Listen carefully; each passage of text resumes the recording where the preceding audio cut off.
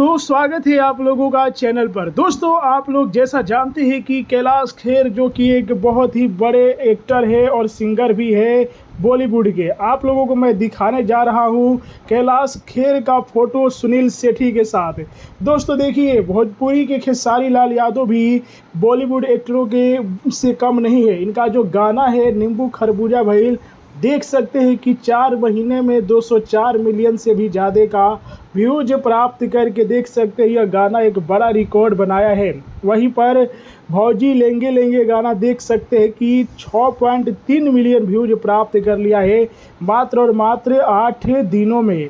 वहीं पर जो रे तोरा माई के भी गाना जो रिलीज हुआ है, एक दिन में 1 मिलियन से ज़्यादा का व्यूज प्राप्त कर लिया है। यानी कि आप देख सकते हैं कि खेसारी लाल यादव के गाना मिलियन में व्यूज प्राप्त कर रहे हैं। तो दूसरी तरफ आप लोग देख सकते हैं कैलाश खेर का भी, जो कि ये भी वो भोजपुरी में भी गाना गाए हैं, लेकिन ये हिंदी के सिंगर है। इनका नया फोटो आप लोग देख रहे हैं। तो खेसारी लाल यादव के गाने जो कि इतना बड़ा रिकॉर्ड बनाया है, आप लोग क्या कहेंगे और नया फोटो कैसा लगा कमेंट में बताइए। वीडियो को लाइक कीजिए, शेयर कीजिए। जय हिंद।